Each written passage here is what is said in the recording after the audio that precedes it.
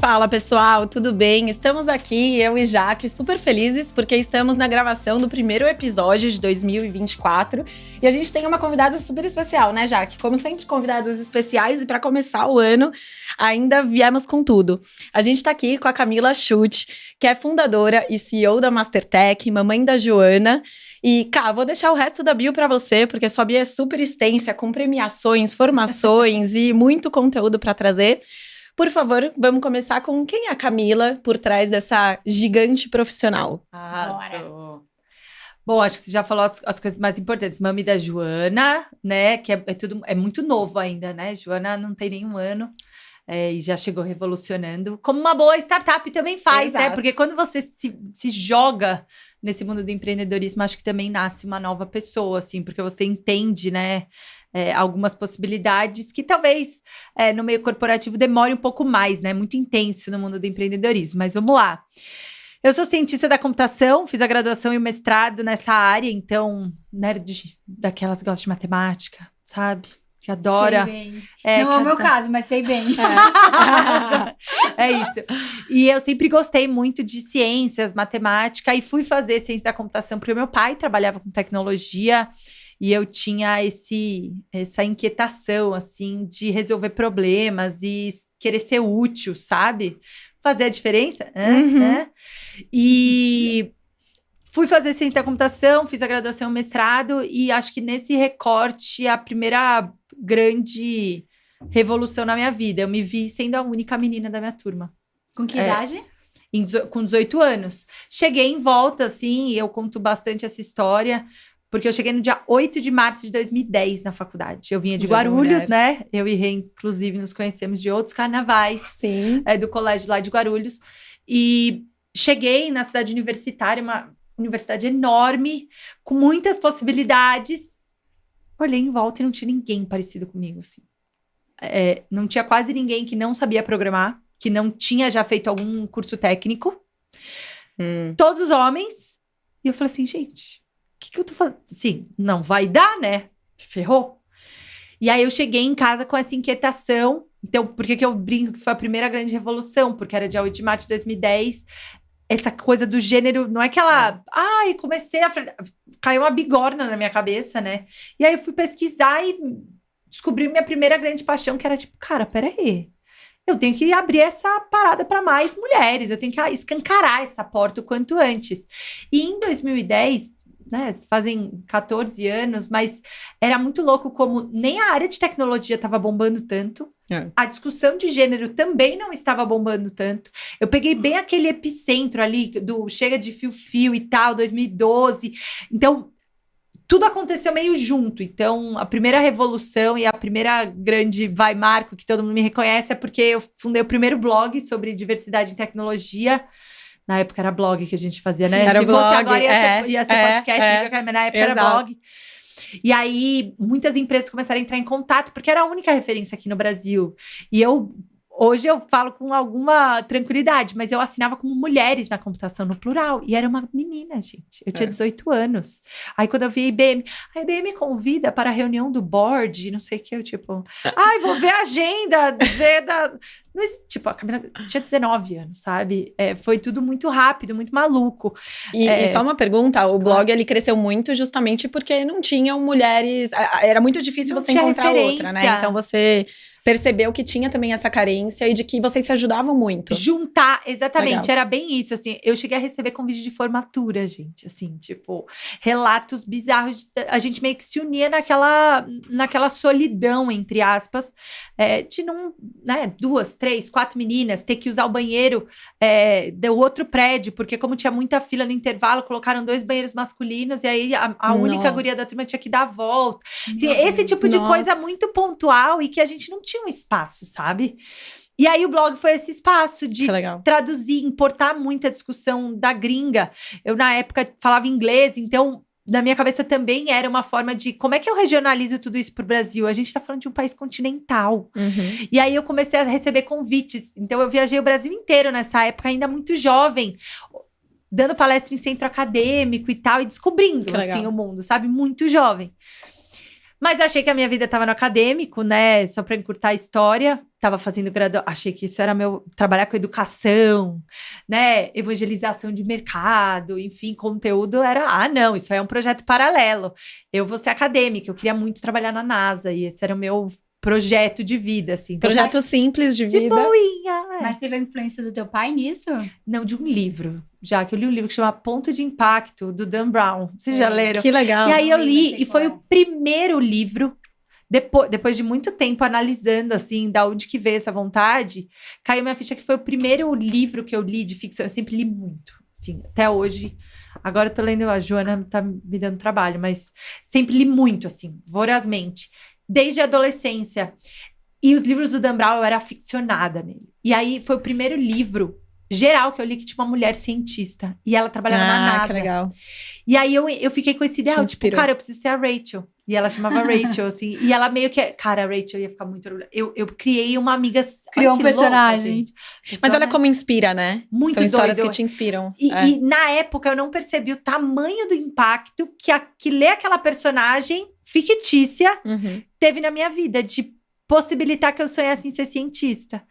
E aí, fiz a graduação inteira nesse plano. Vou ser cientista, vou trabalhar na NASA, preciso fazer o mestrado rápido, porque só se contratavam cientistas depois do mestrado. E aí, eu emendei. Era um negócio que chamava mestrado trilha. E aí, estudei muito. Aí, tocou meu telefone. E era um recrutador do Google falando que eu tinha sido indicada para uma vaga de estágio em Mountain View. E Que aí, ano isso? 2013. Você tinha 20? Fiz 21 lá, já. E aí, não sei se eu vou passar, eu lembro até hoje disso, já que é muito louco. Acho que eu já até contei essa história pra Uhum. ele. Sim, uma Big Tech, que nem chamava de Big Tech naquela época, né? É. Era tipo, o Google. Minha mãe, o que você vai fazer lá mesmo? Você vai mandar as respostas pras pessoas? E eu, tipo, não, mas pô...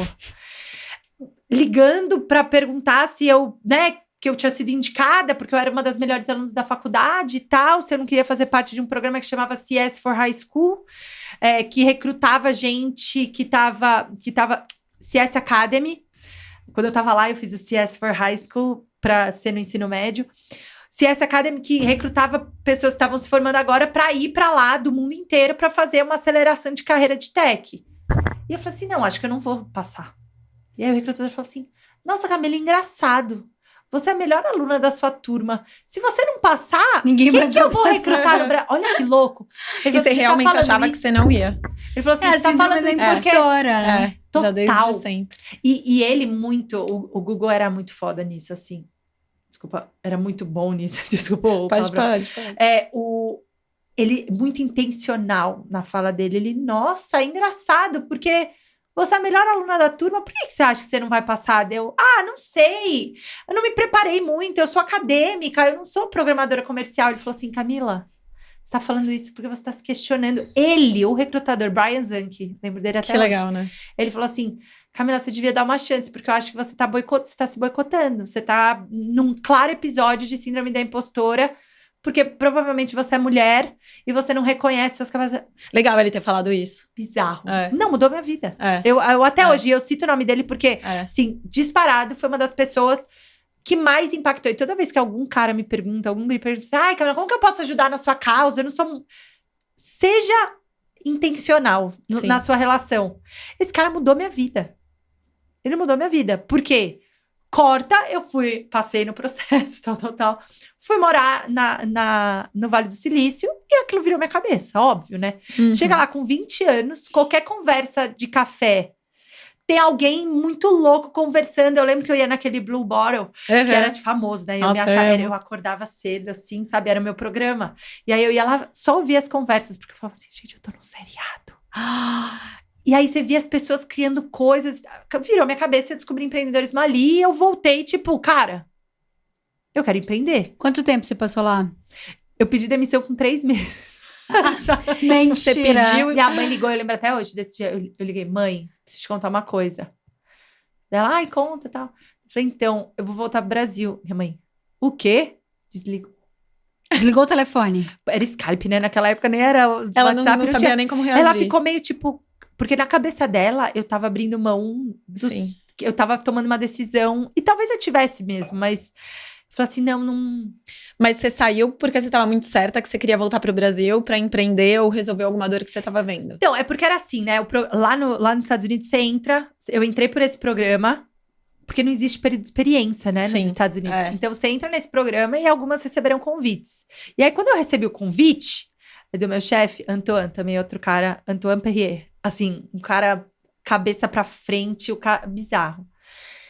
E aí, ele conversando comigo, ele falou assim, a gente adora você, a gente gostaria que você ficasse, Camila e tal, mas o que você... Sem zoar, eu já tava flertando com a ideia de voltar pro Brasil, tipo, cara... Você tava só. É muito legal, eu tava sozinha, eu me sentia muito nova e eu tinha uma coisa, assim, meio emocional de ter feito faculdade pública, já que você acredita? Eu tinha uma dívida histórica com o Brasil, assim, sabe? Tá. Meio, cara, peraí, se com 20 anos Uhum. eu vazar, minha família, eu tinha um pouco isso, assim, tipo, cara, eu vou desistir De já, missão, né? sabe? Tá. Ai, eu acho que não dá pra eu agora tão jovem já ficar aqui, já sair, já não tentar, sabe? Na minha cabeça, minha idealista é fazer alguma coisa pelo Brasil, assim, sabe? Eu sei que é meio legal. egocêntrico e arrogante, mas eu tinha essa dívida. Deixa eu tentar. Qualquer coisa eu aplico de novo, vai. Se eu passei, eu tinha uma confiança, vai, de que se desse tudo errado, se eu aplicasse pra prova, eles me aceitariam, sabe? Eu faria de novo o processo e passaria. E aí...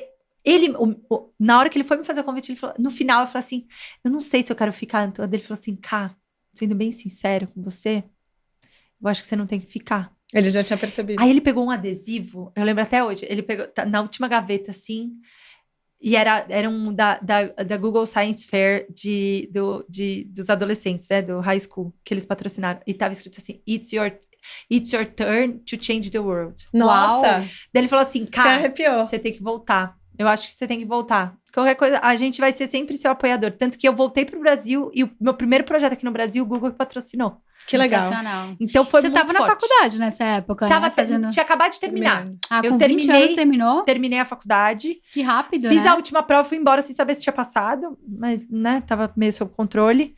Aí voltei. Aí colei grau, consegui colar grau presencial. Ia colar grau à distância, mas colei grau presencial. E aí já voltei, porque eu fiquei 3 meses, né? Depois, eu fiquei um tempo ainda trabalhando remoto. Então, eu trabalhei para uma ONG. Porque eu falei, preciso voltar, mas se eu vou... Minha mãe vai me colocar pra fora de casa, né? Se eu voltar ainda sem um plano B. Uhum. E aí, eu comecei a trabalhar remoto numa época que nem era muito comum para uma ONG que chamava Iridescent. Que foi a organizadora do Technovation, que foi um programa que há muitos anos eu Sim. tinha trazido para o Brasil, enfim. E aí, voltei, trabalhava remoto. Foi uma fase legal, assim. Foi o início de carreira muito possível, porque numa época que as pessoas não podiam viajar e trabalhar de qualquer Sim, lugar, eu podia. Então, eu viajei o Brasil inteiro, dando palestra, Que legal. participando de Startup Weekend, meio que me formando. Mas esse era Enquanto teu ganha-pão. empreendedora. Era palestra. Não. Era desenvolvimento de software de madrugada Já- pra gringa. Já era a época dos hackathons ou ainda não? Vocês Era já faziam? bem essa Já, época, né? era Tá. bem essa época, Tá. assim. O boom do Startup Weekend, tô falando de 2014, entre 2014 e 2016, É verdade, é. tiveram 800 Startup Weekends aqui no Brasil. Sim, Olha que verdade. doido, eram tipo 200 por ano, É. era bizarro. Conta para as pessoas o que é o Startup Weekend. quem Era um não programa sabe. do Google, inclusive, que em um final de semana, né, começava na sexta-noite, sábado e domingo, as pessoas recebiam ferramentas, né, então era o Business Model Canvas, e mentores ajudavam a formatar uma ideia e sair com um protótipo. E aí, no final desses 3 dias, né, 2 dias e meio, tinham vencedores. Dando um exemplo, aqui o Easy Taxis nasceu num sim. Startup Weekend. Então era muito poderoso, foi uma fase muito louca, assim, de efervescência, de volume. Então Nem você era tava tanto como pra freela, estimular, né, né? Cami, nessa época? Eu era engenheira de software para uma ONG americana na época, né? Não existia muito esse modelo do remoto, mas hoje é muito comum, né? Sim. Você trabalhar daqui para lá. Sim. Lá tava começando essa cultura, e aí eu, antes de voltar, já consegui me arranjar. E era uma ONG de educação, tá tudo meio interligado, né? Eu Você já tinha sempre muita teve essa linha, né? vontade. E aí arrumei essa oportunidade, uma indiana Tara, assim, a CEO era bizarra, assim, uma inspiração maluca, era uma mulher também, a minha coordenadora, a Mari, assim, foi uma fase muito legal. E eu fiquei 1 ano e meio desenvolvendo remoto e arrumando minha vida aqui. E aí fui trabalhar numa faculdade aqui em São Paulo, conheci meu primeiro sócio, e a gente saiu dessa faculdade já para montar, na época, a Ponte 21, que era uma software house, que a gente foi no primeiro dia de Cubo. A gente nem era muito uma startup, a gente era um enabler, né? Então, a gente foi convidado como enabler, porque a gente fazia software. Então, o nosso mote era um produto, um MVP em 8 semanas. E aí, a gente trabalhou com Deus e o mundo. Teu sócio também é programador, assim como você é. Trabalhava mais com infra e negócios naquela época, assim, quem liderava, eu era CTO da empresa, quem liderava essa parte de tecnologia era eu, mas o Felipe também trabalhava, assim. E aí a nossa vida foi avançando, a pessoa que fez uma pergunta e tá contando a história da vida. Não, mas é assim, aqui é assim. E aí, só cortando, eu sempre tive essa coisa com educação, mas foi muito legal trabalhar com entrega de software no Brasil. Assim, a Ponte 21 ficou 4 anos, e aí a gente se sentou e olhou um no olho do outro e percebeu que, assim, não existia mais uma compatibilidade de futuro, assim. Eu sempre tive uma vontade muito clara de ir para a ONG, de fazer impacto social, de expandir aqui no Brasil. E o Felipe tinha muito essa visão internacional, de escala rápida, um modelo mais unicórnio versus zebra, assim. Hoje eu olho e a gente já está mais acostumado a ver empresas mais a lá zebras, assim, sabe? Tipo camelo, que a gente falou na pandemia, né? Mas na época, a gente não conseguiu achar o meio do caminho.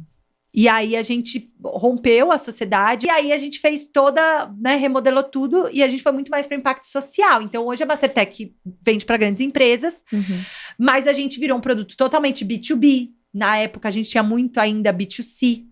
Então a gente virou totalmente B2B e uma parte muito, muito forte de software e impacto social.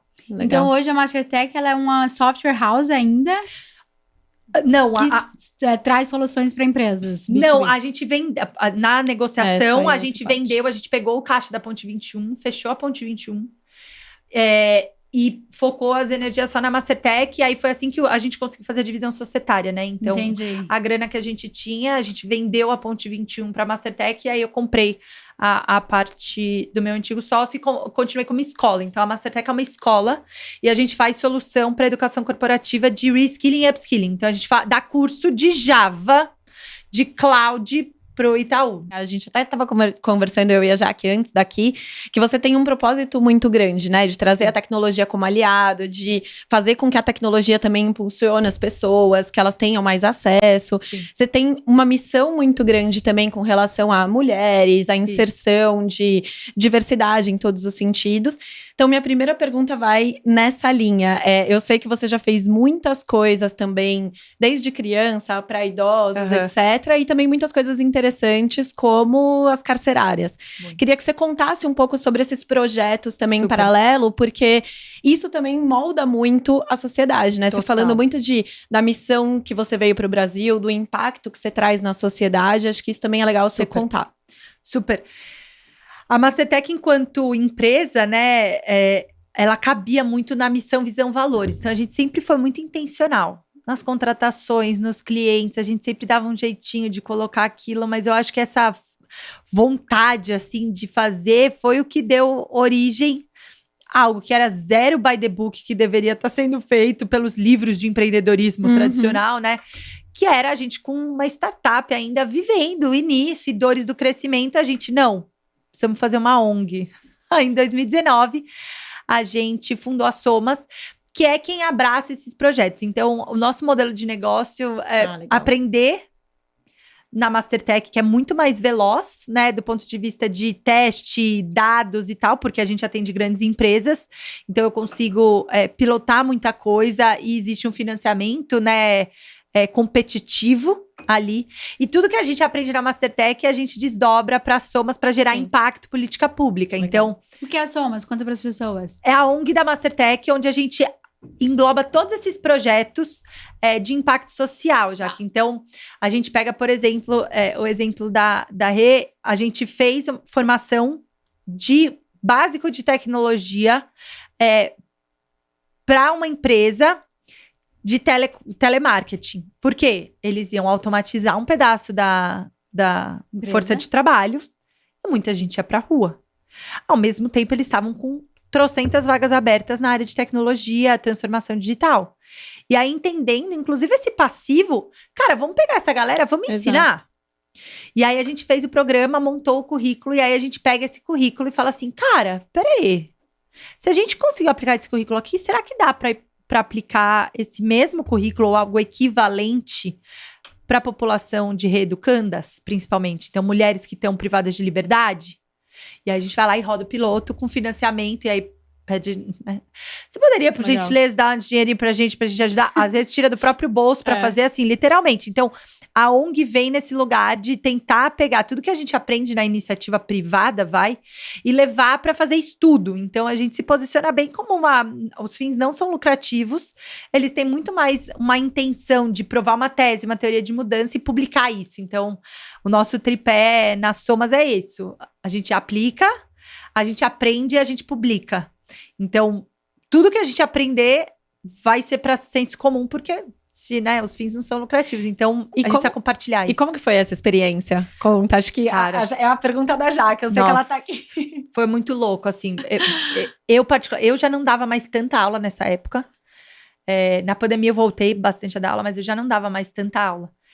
E aí, quando eu vi, a gente desenhou e o sonho meio que veio. Meu sócio atual, o Fábio, teve um irmão que participou, né? Que ele perdeu o irmão na rebelião do Carandiru, que teve uma história, né, com o sistema carcerário, e aquilo sempre rondou, assim, a gente, sabe? E eu fui ler um livro do Drauzio Varela, que chamava Prisioneiras. E aí minha cabeça virou. Você já leu esse livro? Não. Não lê. Porque se você ler, você vai querer fazer alguma coisa. Mentira, lê. E aí esse livro me deu, né, eu já tinha lido todos, o Carandiru, o Carcereiros e o Prisioneiras. Depois eu fui ler um outro que chama Presos que Menstruam, que é muito forte. E aí minha cabeça virou. 2 dados que mexeram muito com a minha cabeça, que depois que mudou a lei do tráfico, aumentou em 700% a população carcerária feminina. Porque muitas mulheres, e em média 40 a 45 mulheres, eram pegas tentando entrar com droga no presídio masculino. Ou seja, elas estavam numa devoção, e aí elas acabavam metendo os pés pelas mãos, enfim. Então, aumentou em 700%, porque elas normalmente, como cúmplices de esquemas, eram pegas e eram presas. E a segunda informação que me chocava muito é que, e a primeira frase do livro Presos que Menstruam, que é a distinção de gênero atrás das grades é ainda maior, algo nesse nível. Para você ter noção, e a gente trabalhou já com presídio e com Fundação Casa, né? No presídio masculino, tem fila todo sábado para visita. No presídio feminino, você pode chegar a qualquer hora. Não tem dia de visita. Não existe o conceito de dia de visita porque elas não recebem visitas. Elas são literalmente excluídas da sociedade, porque não se espera. Como assim uma mulher foi presa? Não, ela merece o inferno, sei lá, né? Não pode, ela é execrada da sociedade. E aquilo mexeu muito comigo. Claro. E aí, a primeira visita eu já fiquei, nossa, histórias ótimas, depois eu posso contar. E aí, a gente fez um currículo, negociou. Na época, eu lembro que o secretário era o Lourival. E aí, ele meio que falou, não, pode ir. Vocês levam o computador, vocês entram com tudo, beleza, pode fazer. Com quem foi a negociação? Com o secretário de administração penitenciária, porque a gente... Que legal. Ninguém queria, assim, eu lembro exatamente da reunião, assim. E a reunião era, deixa eu ensinar para essas mulheres sobre tecnologia. Não, porque é uma burocra. Assim, não é tão simples, porque, de novo, revista computador, quem que vai entrar, vocês são... Qual universidade? Vocês são de qual instituição de ensino? Então, a gente é uma empresa, não sei o que, a gente não é uma instituição de ensino. Burocracia, assim. E aí, eu acho que ele olhou no nosso olho, assim. Até hoje, eu acho que ele comprou a pessoa física, eu e o Fábio, sabe? Ele olhou e falou assim, não, tá bom. Qual unidade vocês querem? Não sei o que, eu iria pra essa, pode ir. E aí, a gente... Eu entrava e saía todos os dias. A gente ficou 1 mês dando aula. Eu, pessoalmente, entrei e saí e a gente revistava uns computadores todo dia. O agente era você e o Fábio? Ele também dava aula? Não, só podia entrar uma pessoa. Ah, tá. Então, entrava eu, montava 20 computadores. Eu tirei 1000 férias, assim. Eu entrava, 6 da manhã, chegava lá, revista. Tinha dia que era rápido, tinha que não. Dependia de quem tava na porta. passava raio-x, tarará, montava os computadores, dava aula, desmontava os computadores e voltava no outro dia. No CPP da Raposo Tavares. Mas, cara, pra mim aquilo foi uma revolução, assim, de tipo, poder, de tudo, sabe? E as histórias que a gente ouvia e a forma como elas saíram, e acho que a história mais legal é que a gente, obviamente, impactou a vida delas, a gente não tem contato, né? Só se elas procurarem a gente, mas na época, o que mais me comovia é que a gente deu aula para todos os filhos e filhas delas. Ai, que legal. Porque nas visitas, elas, cara, é muito legal, e não sei o quê, procura aqui. E na época a gente tava com a estação hack do Facebook, não sei se você lembra. Eu lembro que eu visitei. No quarto andar. De um prédio ali na Paulista. O Facebook fez um projeto aqui no Brasil. E a gente tinha bolsas para dar. Então, todos eles que procuraram a gente conseguiu dar aula para todos os filhos e filhas delas. Sensacional. Foi muito legal. Assim, foi um divisor de águas. Para mim, eu acho que eu me reapaixonei ainda mais pela causa de gênero, por educação de tecnologia, sabe? Nesse projeto. Ele resumiu o impacto. E aí, Soma foi um dos primeiros projetos da Somas. E enquanto isso, a Mastertech acontecendo... Vida normal. Vida normal. Doida, né? Dormindo nada. Hoje eu olho pra trás e falo, gente, como é que eu dava conta disso? Tudo bem que eu dormi um pouco mais. De segunda a segunda, 27 era por 7. Eu vivia com uma mochila, assim, meio que não tinha... Eu vivia de bicicleta, então eu andava muito de bicicleta. Então não tinha trânsito aqui, né? E vivia com uma troca, assim, na mochila, assim. Foi uma fase muito legal. E muito de onde legal. vem esse altruísmo? Você já conseguiu acessar isso? Não sei, já, assim, talvez, tá? Eu vim de uma família espírita de nascença e a gente sempre falou muito de caridade, independente de religião.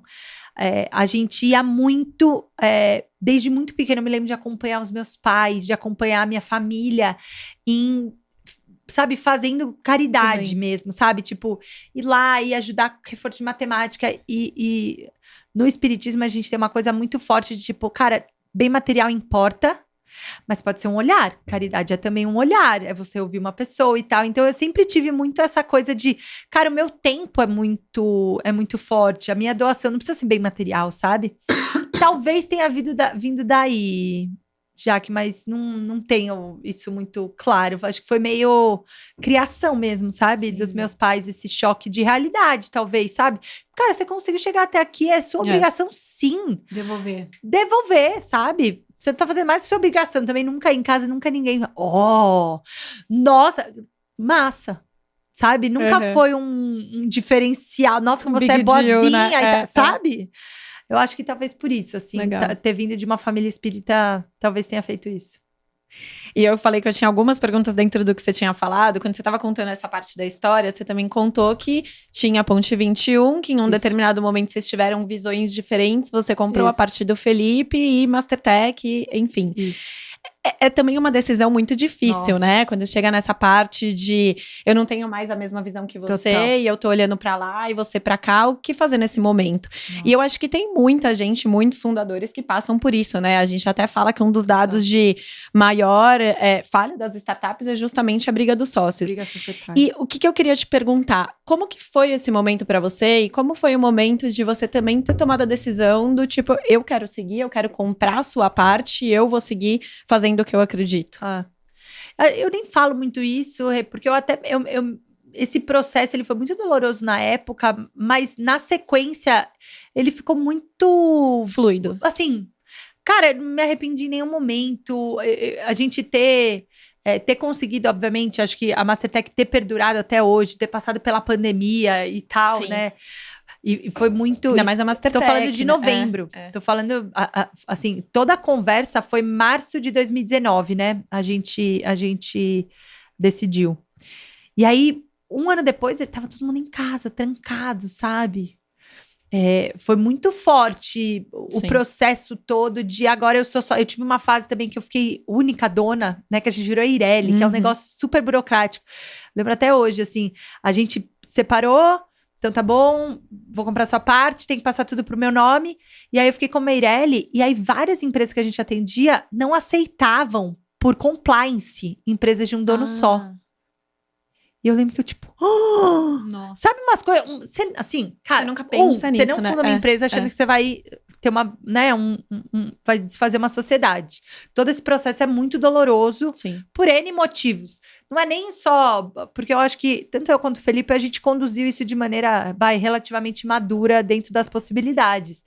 Mas você não faz uma empresa achando que vai separar. Com certeza. Sabe? Achando que você vai ter que passar por isso. E aí você descobre coisas que, tipo isso, que nunca ninguém te ensinou, nunca ninguém te explicou. Você não vê as pessoas falando sobre esses fracassos, entre aspas, né? Fracasso dependendo da ótica. E aí, pra mim, foi um processo doloroso, assim, de ter passado por isso. Eu tive que ressignificar ele porque eu sentia que eu tinha fracassado naquele relacionamento que não é amoroso, mas que tem um quê de casamento. É muito doido. Eu passava muito mais tempo dentro da empresa com as pessoas do que em casa com meu marido, sabe? Então, foi muito forte ter que olhar na cara de todo mundo e falar e ter a maturidade. Também acho que eu nunca falei isso. Eu lembro até hoje que o Felipe da Verius, ele é advogado e ele falou assim: cara, você precisa de ajuda? Você e o Fê não querem vir na minha casa pra gente conversar? Eu ajudo vocês nesse processo. Eu sei que ele é doloroso. Que legal. Vamos conversar juntos. E foi um divisor de águas aquele dia. Assim, se ele não tivesse tido a sensibilidade como um fundador, né? Olhado no nosso olho e falado: cara, eles estão precisando de ajuda, eles estão... Esse processo, ele já é doloroso, eles não precisam se machucar nesse nível, sabe? E ele ajudou muito a gente nesse processo, assim, foi mediador, como amigo. né? Exatamente. Depois eu fui saber que existia isso profissionalmente. Nem ele, nem a gente sabia o que a gente estava fazendo, sabe? A gente só queria tentar minimizar um pouco ali aquele desgaste, sabe? Sim. E hoje você tem sócio na Mastertech. E aí, depois o meu COO virou meu sócio. Foi o COO. Que já era o COO na época, ajudou muita gente nesse processo também. E aí, ele virou meu sócio pouco tempo depois, assim. Pra mim, foi importante ter um momento em que eu senti que, tipo, calma. Sabe, eu mando pra onde isso vai, aqui, né? pra onde eu vou. Sim. E aí, pra mim, foi muito claro pra onde eu ia. E aí, fez sentido trazer o Fábio como sócio. Mas foi solitário, foi um processo solitário. Eu lembro que mexeu muito, de novo, estamos aqui em 3 mulheres, né? Mexeu muito com o meu feminino, assim. Sim. Eu acho que o arquétipo da líder feminina, ela é muito conciliadora. E em alguns contextos, não existe uma conciliação. O melhor é a ruptura. Só que até eu conseguir verbalizar isso e entender isso, doeu muito. Mas eu acho que isso é super importante, né? Porque é muito do que a gente fala bastante, que a ruptura não é um fracasso, é só um entendimento da situação de onde você quer chegar, né? Como próximo passo. E eu acho que você falar isso até como dica pra quem tá ouvindo e tá nesse momento, é muito disso. Não desistam, porque eu acho que também a ruptura, por vezes, e pro arquétipo masculino, ele é mais fácil. Sendo bem sincera, assim. É menos doloroso, enfim. Pra mim, foi muito doloroso, pessoalmente, assim, atacou diretamente o meu feminino, na época. E eu tive que me fortalecer, assim, no meu arquétipo de líder, né, masculina, naquele momento, como arquétipo mesmo, energia masculina, de tipo, é isso, é aquilo, até aqui eu vou, depois daqui eu não vou. Foi um processo forte, sabe? De onde vieram essas forças, assim? Como que você fez para dar esse turnaround?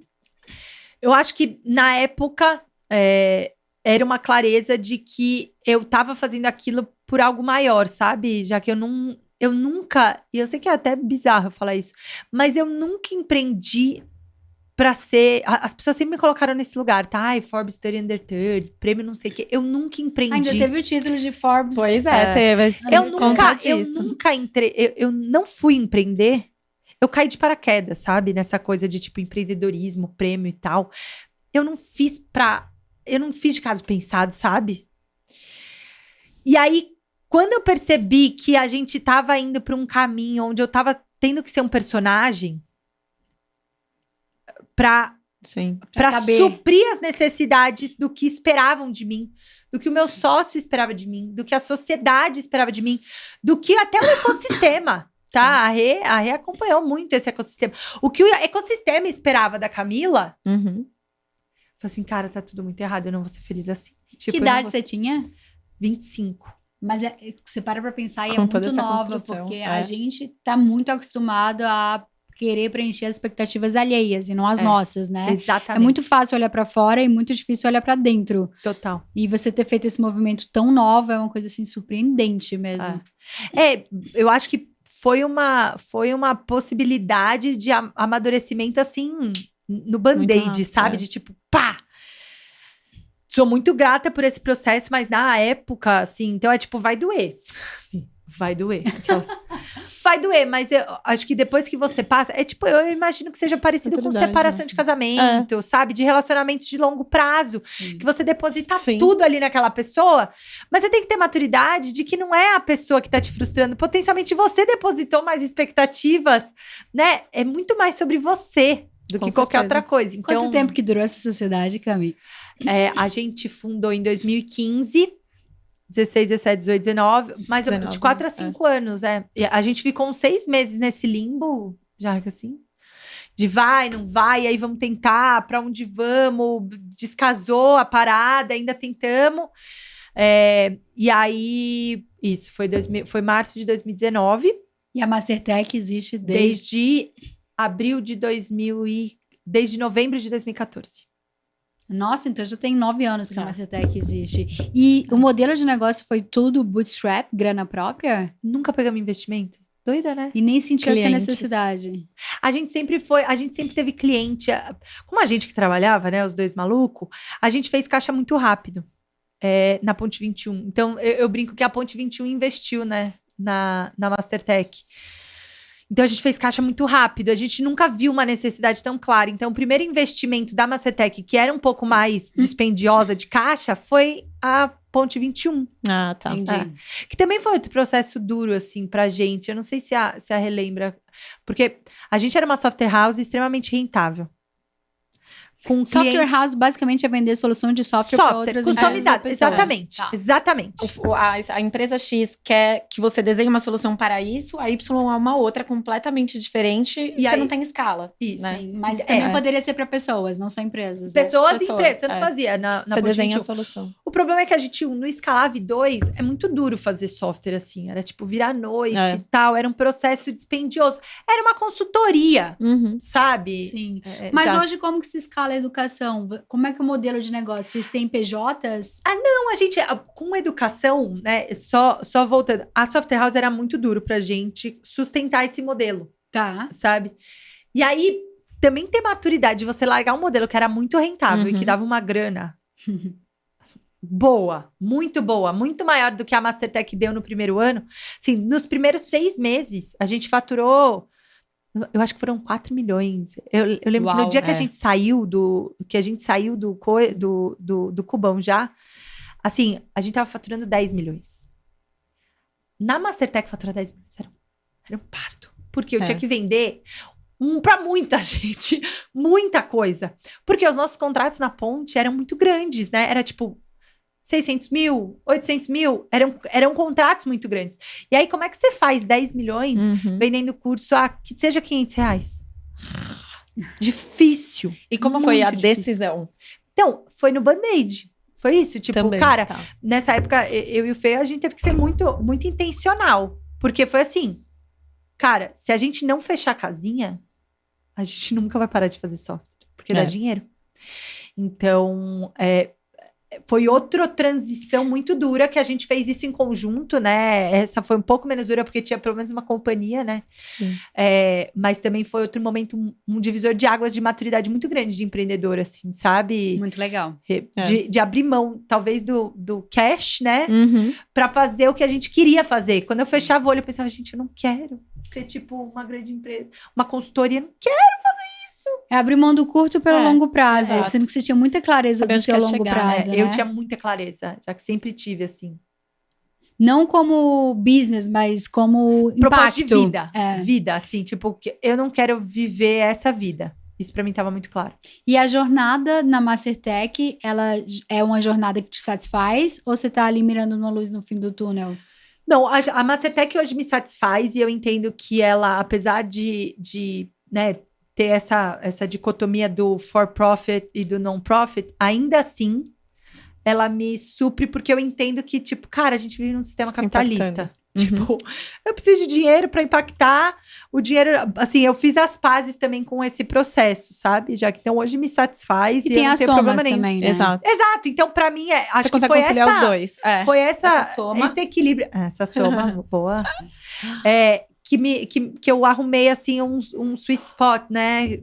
Pra ser feliz, assim. Sim. Então, cara, adoro fazer reunião corporativo, ver a vida de um monte de gente mudar no corporativo e poder reverter um monte desses aprendizados também pra ONG, sabe? Legal.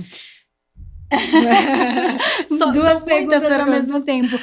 Minha dúvida era, voltando para a pergunta da escala. Como que vocês fazem para escalar hoje o Boa. modelo de negócio da Mastertech? Hoje a gente usa software para isso. Já que então a gente tem sistemas, mas especificamente um maior que chama E2W, que a gente consegue fazer competência, acompanhar o desenvolvimento das pessoas. Então, a gente dá formações, sim, cursos, mas hoje o nosso foco é conseguir reverter isso para a base tecnológica, né? Que sempre foi a nossa desenvoltura. Então, hoje a gente consegue escalar assim, fazendo o que a gente chama de Open Education, né? Que é Legal. parecido com Open Finance. Sim.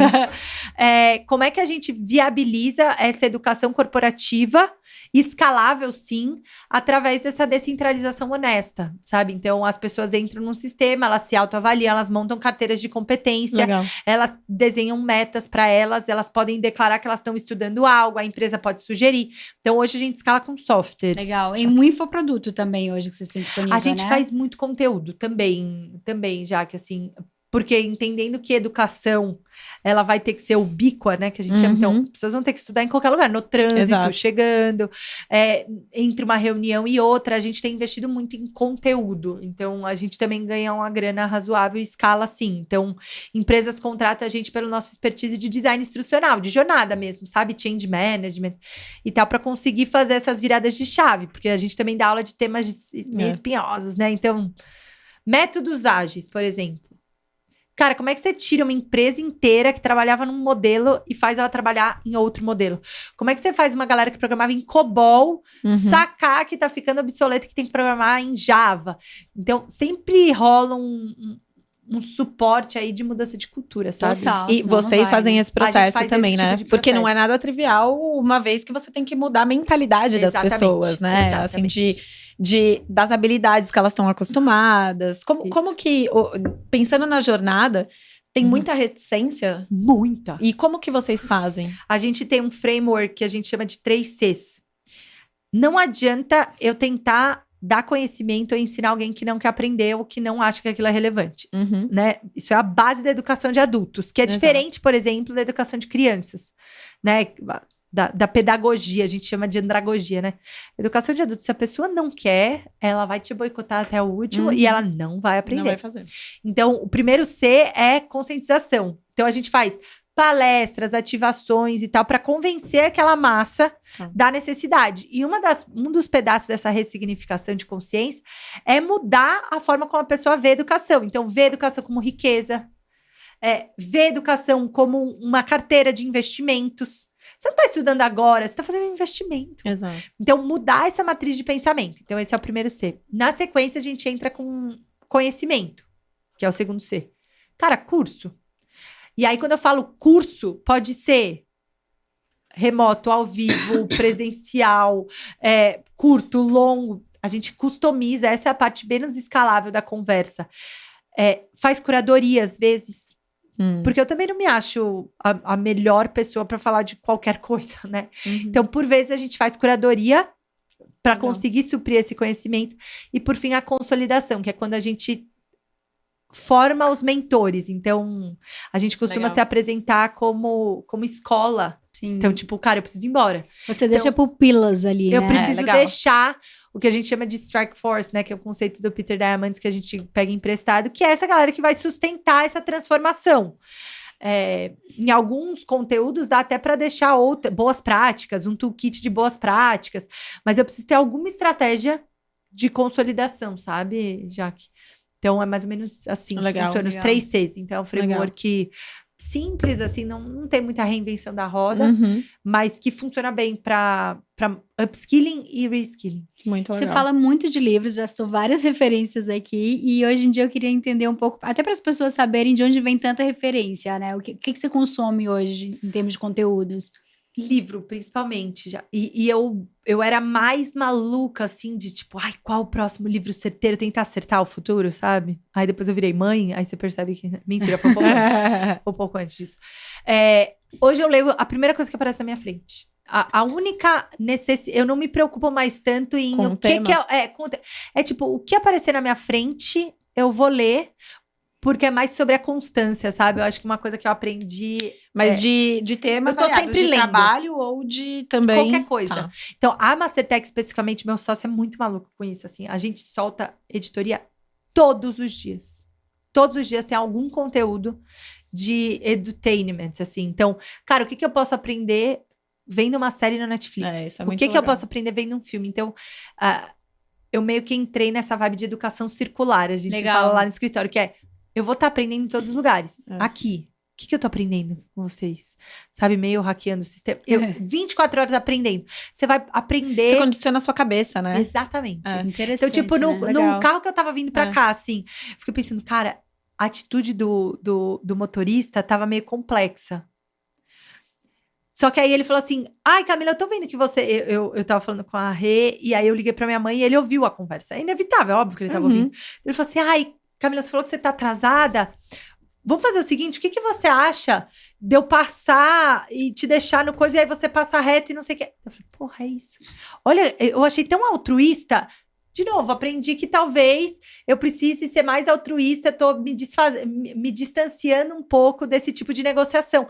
Ele ganhou uma cliente. Se ele assim, é pior pra ele, porque ele vai ficar, tipo, Sim. trancado Sim. lá no trânsito. Mas Mas ele vai acha que resolver o meu antes, problema. exato.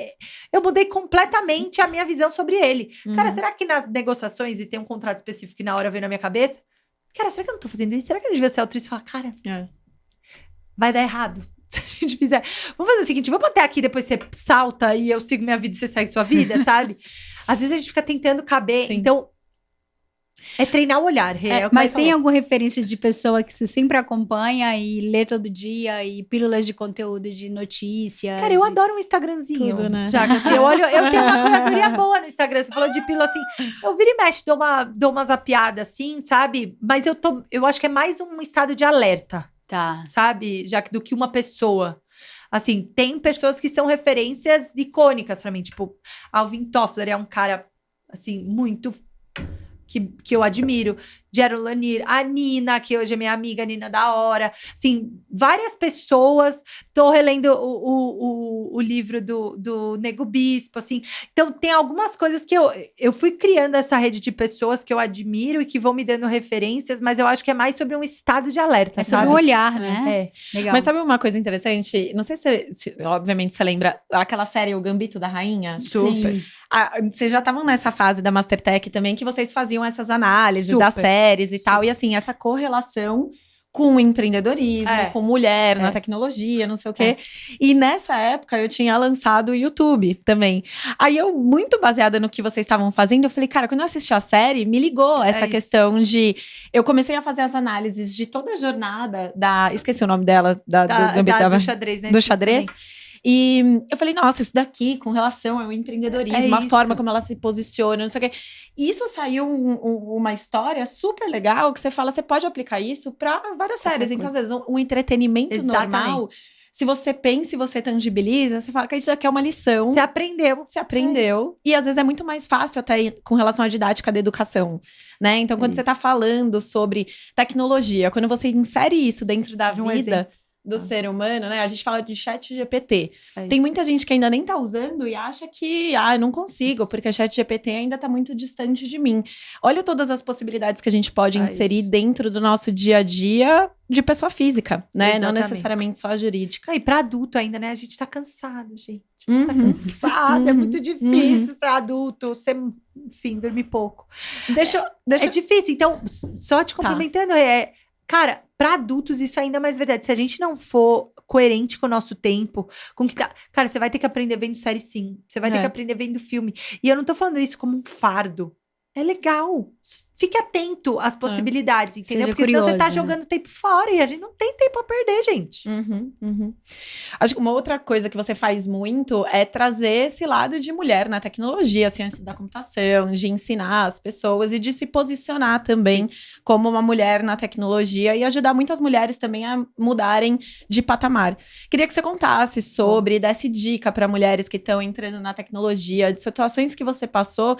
E acho que é menos aqui eu e a Jaque, a gente não traz muito tudo que a gente passou, mas de que forma que eu uso isso como um gatilho, de que forma que eu me posiciono melhor, de que forma que eu quebro barreiras, até pra gente poder Arrasou. trocar. Boa. Esse lance de posicionamento, me veio uma coisa aqui na cabeça. Tem uma mulher muito, muito, muito legal, que hoje eu posso falar que ela é minha amiga, que é a Cris Dalmoves, assim, que a gente já trocou Conheço. algumas vezes. E ela falou uma vez, a gente tava numa mesa, num painel, e aquilo caiu, tipo, é isso. Ela falou assim, cara, minha principal estratégia para lidar com esse, né, para tornar ambientes mais igualitários, mais equânimes, é terceirizar o desconforto. Então, o que é terceirizar o desconforto? Joga para outra pessoa o desconforto. Então, nossa, tá me achando muito nova, né? Então, será que você tá falando isso porque eu sou mulher? E aí deixa a pessoa... Não! Mas ela lá dentro sabe. Ai, pois é. Então, eu sou a rainha dessa estratégia, gente. Sensacional. Cansei. Não, e você foi a devolve Cris com que deu nome pra pergunta, isso. né? Exato. E aí a pessoa, ela vai guardar aquilo pro resto da vida dela. Entendeu? Porque ela você vai... percebeu também. Você não foi grossa, Uhum. você foi política, né? Tipo ali, mas a pessoa, ela nunca mais vai falar aquilo. Então, acho que a minha grande dica aí, pessoal, primeiro reconheça o momento que você tá, porque eu acho que também é muito fácil falar desse lugar de privilégio, de dona da empresa, Sim. de dar chilique, que eu tava contando o último chilique que eu dei. Porque, também quem vai pagar a conta sou eu e não sei quem, então, óbvio que isso me dá um ethos diferente. As pessoas têm até um leve medo, tipo, vamos pensar bem antes de falar, sabe? Tipo, a Camila é meio louca. Então, eu construí esse ethos. E não é fácil. Então, eu me sinto até mais na obrigação, sabe? De usufruir desse lugar de privilégio. Então, a primeira coisa é, reconheça. Se não tá no seu momento de levantar de levantar a mão, não levantar a voz no desrespeito, mas de se impor, tá tudo bem. Isso não te faz nem melhor nem pior. Primeira coisa. E a segunda coisa, se sentiu confortável, terceiriza. Solta uma pergunta ou outra, levanta a mão, sabe? Se posiciona. Legal. Porque é de um em um que você vai mudando, sabe? A cultura, o reconhecimento. Usa o seu poder de fala e o seu poder de contratar diferente, de dar voz. Nossa, eu tava adorando o que você estava falando, já. Você pode continuar? Quando alguém interrompe, Legal. assim, sabe? Usar esse poder e terceirizar esse desconforto me ajuda muito, assim, nessa estratégia. E uma outra coisa que também passou aqui na minha cabeça eu sempre tive muitas referências de mulheres. Né? Eu citei Alvin Toffler, Jaron Lanier, assim, agora, mas eu sempre tive exemplo de mulher que estava fazendo alguma coisa muito legal em todos os contextos. E eu sempre estudei muito história das mulheres na tecnologia. Então, quando alguém vinha e fazia alguma coisa, tipo, gente, eu tô trabalhando porque a Heidi Lamar inventou o Wi-Fi, entendeu? Tipo, o que esse cara acha que tá falando, sabe? Eu sempre tive essa consciência histórica Isso é legal. de que, peraí, você pode até questionar meu talento, mas não vai questionar das mulheres, entendeu? Porque é muito nítido, pra mim sempre foi muito nítido que a gente teve papéis decisivos, sabe, na tecnologia. Então, acho que o meu recado é esse, assim, vai se munindo, vai ficando musculosa, assim, forte, sabe? Pra aguentar o tranco. Quando você tiver suficiente, aí você pode começar a devolver, sabe? Terceirizar esse desconforto e devolver em forma de lição. Acho que isso seria o meu recado. Legal. Boa. Falando um pouco de comportamentos, né? O que você procura, seja um profissional homem ou mulher, quando vocês estão montando ali um time da Mastertech? Tem quantas pessoas hoje lá, inclusive? Boa, hoje full time, a gente tá em 12 e a gente tem uma rede de professores que aí é maior, assim, professores e voluntários. A gente deve estar com, 100, 120. Uau. Legal. A gente contrata muito, é aquela máxima, né? Meio batida assim, mas muito fit cultural, assim. Trabalhar em startup é muito difícil, gente. E eu brinco, eu e o Fábio, a gente é difícil. Porque a gente se impõe um padrão de qualidade. A Rê falou aqui do conteúdo. Cara, você abre o Instagram da Mastertech, a gente tem um lance de, tipo, olhar a diagramação do post. Detalhista, eu sou muito chato. Eu também. Chato, sim. Aliás, às fica a vezes dica para as eu pessoas seguirem a Mastertech. Eu, às vezes, sinto, a gente é um pouco chato. A gente impõe um padrão de não aceitar menos, assim, sabe? Por N motivos, mas o primeiro é porque a gente acredita muito no que a gente faz e a gente acredita que dá pra fazer aquilo, sabe? Então, a gente se impõe um ritmo de trabalho e tal, que é desafiador. Então, acho que a primeira coisa que a gente olha muito, já que é essa vontade da pessoa de não aceitar menos, sabe? Essa vontade de fazer diferente, de se impor uma qualidade. Não tô falando de trabalhar 12 horas por dia, porque hoje, sem brincadeira, tô trabalhando muito menos do que 8 horas. Nem por isso você tem que deixar de cobrar essa excelência, sabe? Então, essa acho que é a primeira coisa que eu olho.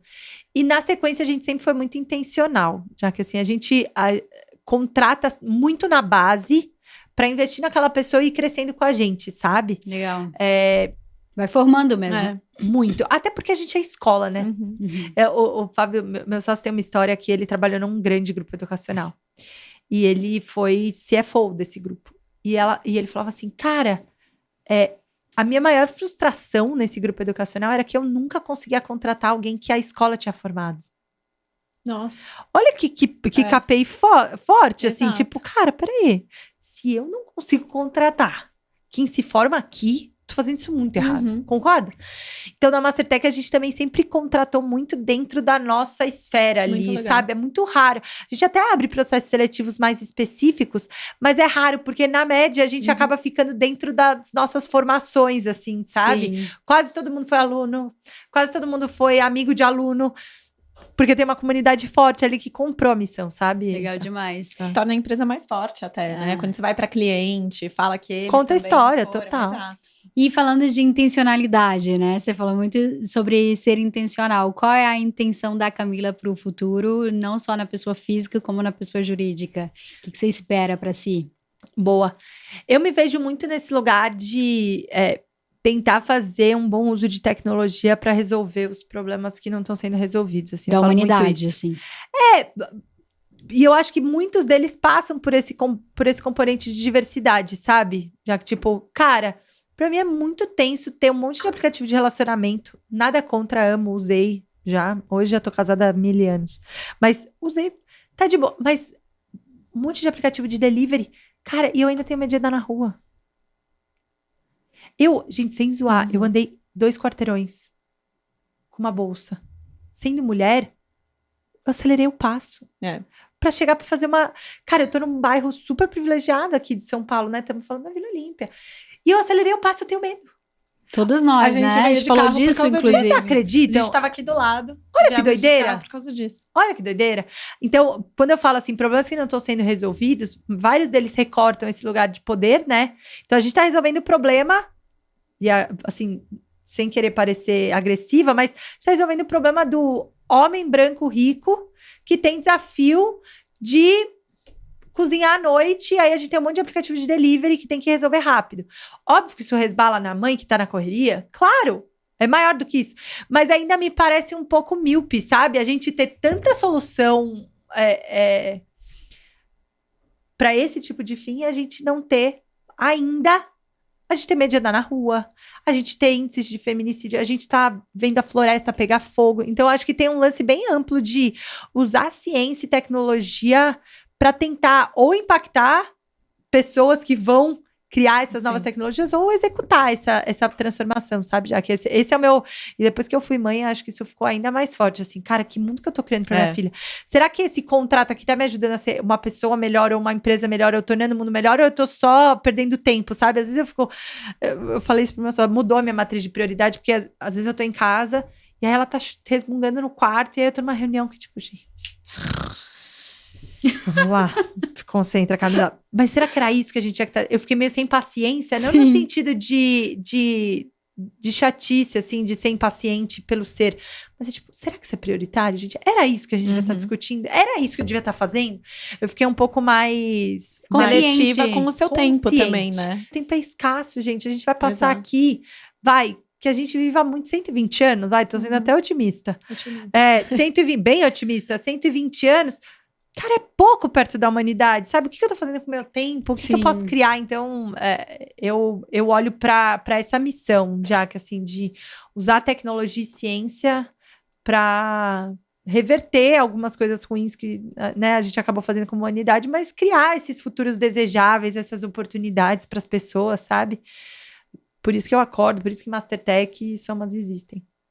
Muito legal. Muito legal. Quer finalizar com a pergunta da motivação? Sim, Vamos lá. A gente, infelizmente, já passou muito rápido, muito rápido. A gente tinha mais muitas perguntas, mas para encerrar, o que te motiva e o que te desmotiva? Boa. Eu acho que a motivação atual é ver pessoas que não acreditavam que podiam recobrando essa fé, assim, nelas mesmas, sabe? E eu falo fé não no sentido de religiosidade, mas de confiar que ela pode fazer mais, sabe? Legal. Tendo uma escola, cada relato, cada mensagem, de tipo, cara, esse conteúdo é muito legal. Isso muda a minha vida, assim. E eu tenho a felicidade de hoje receber cotidianamente no Instagram, nos comentários dos cursos que a gente faz, assim, esse tipo de relato, sabe? Por menor que ele seja, para mim é sempre, assim, é o que me dá gás, assim, cotidianamente. E eu ainda fico um pouco desmotivada da gente acabar metendo os pés pelas mãos, muitas vezes, pela visão de muito poucos. O que eu tô querendo dizer? Às vezes a gente tem uma pessoa que definiu uma boa prática, um termo, e aquilo acaba, assim, distorcendo toda uma construção, sabe? Vou dar um exemplo, assim, quando a gente fala de empreendedorismo, a gente viveu por muito tempo, eu acho, um empreendedorismo muito plástico, sabe? Muito de palco. Porque algumas poucas pessoas faziam isso e falavam sobre isso abertamente, sabe? E aí a gente acaba colhendo esses frutos. Então isso me desmotiva um pouco, às vezes, sabe? Achar... Eu vi uma fala do Emicida muito forte. Adoro o Emicida. Inclusive, que ele falava assim, eu me nego a chamar de elite quem tem só dinheiro. Sensacional. Eles são a burguesia. E independente de questão, nem vou entrar numa questão sociopolítica, econômica, mas isso me desmotiva um pouco às vezes, sabe? A gente saber que às vezes as pessoas podem comprar influência, sabe? Na maioria das vezes, inclusive, né? Fico meio incomodada, assim, porque sendo dona de escola, tentando, né, advogando pelo poder da educação, do conhecimento, às vezes a gente acaba pagando o preço e tendo que reverter, essas manchetes ou essas promessas rápidas, e que eu até já caí um pouco, sabe? Lógico. Eu faço meia culpa nisso. Acho que o mercado acaba comprando mais isso, então isso me desmotiva um pouco. Muito, muito bacana. Muito. Você falou que você tá sempre aprendendo, né? Eu não sei o que você aprendeu com a gente hoje, mas eu aprendi muito com você. Nossa, muito. Prazer te ter aqui. Muito obrigada mais uma vez por ter topado comigo. Muito obrigada, Ká. Obrigada, pessoal. Até a próxima.